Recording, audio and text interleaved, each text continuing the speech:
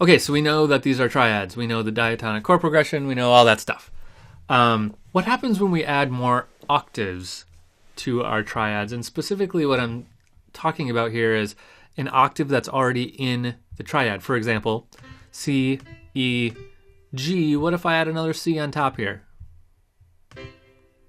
Right? What do we call that? Because triads mean there's 3 notes. Right? And now we've got 4. We still call it a triad. In fact, we still call it a major triad in this case because this is a major triad.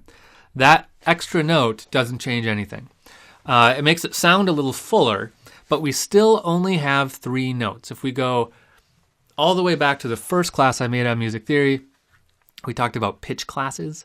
If you didn't see that, review it. But basically what that means is that what we care about in triads are 3 different notes, is a way to think about it that way. So as long as we're not adding a new note, it's still a triad. So we could even do this. Now I've got 5 notes, right? But nope, I really only have 3 different pitch classes is what we call it. But we have C, E, and a G, and then another C and another E. There's only 3 different notes there, right? So, and we can do that all day long. We can keep going. Now I've got a triad here and a triad here, but it's the same triad. It's just a nice big sound. I could even go down.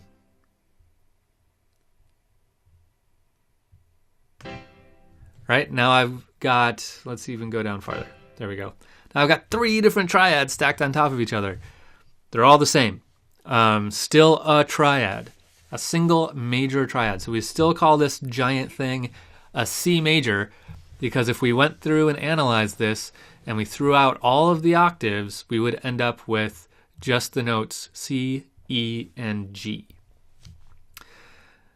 So just to reiterate on that, that only works if we're adding an octave that's already in the triad. We can't add an octave from another triad into a new triad. That makes a new chord, right? Can't do that. But you'd be surprised at what we can do with octaves. Let me get rid of this silly chord here. Okay, watch this. Let's try to make a little melody out of this boring diatonic chord progression, just going up to scale. But watch what I can do. So let's take a G and put it up there, right? G is in the chord. It's right here. So I didn't add any new notes. Now let's find a note that'll work well after this G. Here's an F. So put an F there. I have an E, because this is an E minor chord, so it works quite well. There's an E. Let's see now. F, A, C. I could go back up to an F. G, B, D. Go back up to a G. A, C, E. Could go down to an E, but that's not going to really add anything. Let's jump up to a C, maybe. B, D, F. Let's go down to a B. And then a C. So now we've got something that looks like there's this other line in here, but there's no notes that are outside of the chords. Right? I've just used octaves. Let's hear this.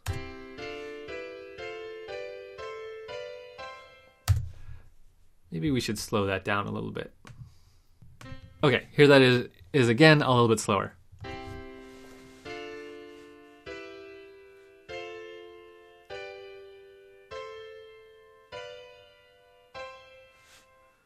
Right?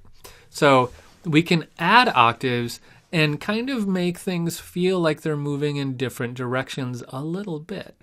Right? This is just all these chords going up by themselves, but when we add these other notes, it can feel like the chords are not necessarily just moving up or moving down in different ways. And that is why I think it's especially worthwhile to mention how a guitar works. So I want to look at that in the next video, and let's just go to it right now. But it has to do with this. So keep this in your head because we're going to be talking about octaves.